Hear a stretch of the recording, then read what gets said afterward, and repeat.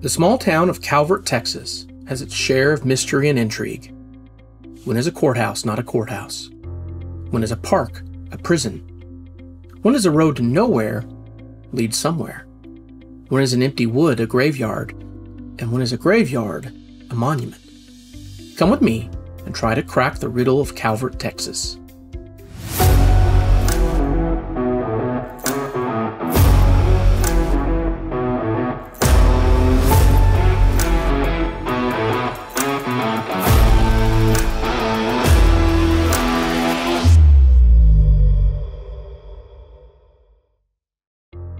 If you've never heard of Calvert, then you're not alone. Today, it's a small town of less than 1,000 residents straddling Highway 6 in central Texas.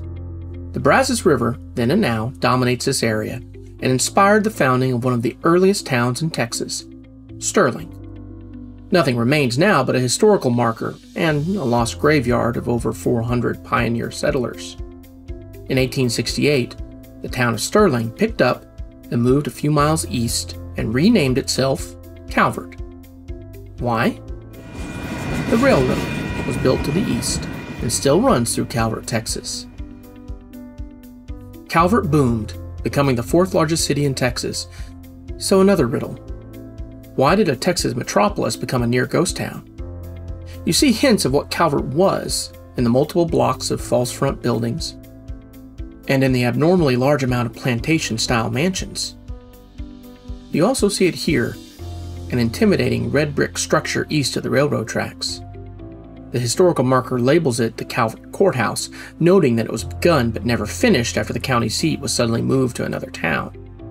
The marker is wrong. The courthouse building was never started. This building was actually the county jail. Today, it's a private home. Not that the people of Calvert lacked for prisons. Then as now, Virginia Field Park was a gathering place for the community. It was also the home of the Sky Parlor, a unique jail cell, an open-air platform built on a tall pole, meant to incarcerate and publicly shame unreconstructed Confederates after the Civil War. Again, we wonder, what happened to Calvert? Why did the businessmen abandon homes and stores, the county move its seat, and why did Texas A&M University, meant to be built right here, find a different home in College Station? The answer is across the street, in a cemetery that is larger than any small-town graveyard has any right to be. Here, amidst impressive monuments to stories that have ended, we can look for the thread of Calvert's story.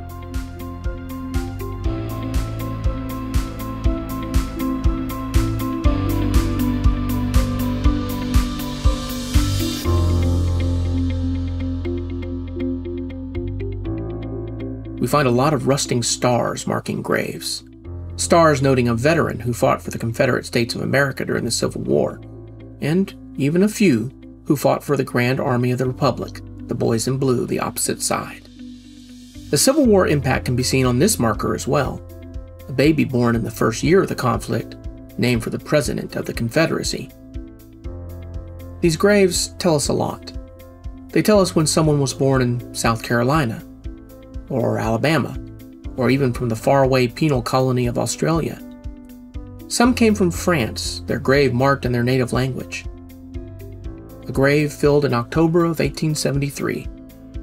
Over and over we see this date, October of 1873. In fact, almost every other grave, October 1873.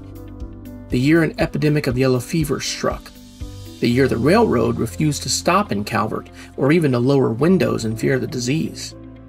Even the town doctor succumbed. Even a direct descendant of Thomas Jefferson. October 1873. The month a town died.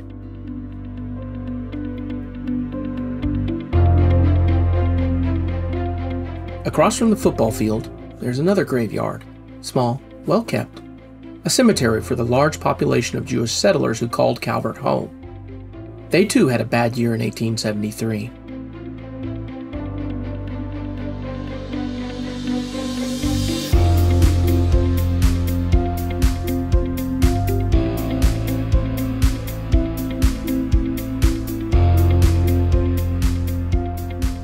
Across the well-tended lawn is a wooded area, just brush and the typical Texas undergrowth. And if you care to enter, reputedly one of the most haunted spots in Texas. A mausoleum appears, almost seeming to grow up organically, surrounded in brush and thorn. The name Orviss is carved over the door. The Orviss Vault is, or was, the final resting place of a former steamboat captain and rich businessman and his wife, who died in Calvert, but not before somehow arranging for the construction of this $10,000 mausoleum. Today, the door and windows are barred, but that was not always the case. Growing up, I could peek in and see the shattered remnants of 2 glass-topped, ornate coffins, scattered, desecrated bones, and the coffins of 2 children of a couple who, as far as anyone knows, had no offspring. Why did the Orvisses build here? Whose coffins are with them? They are not alone in the brush.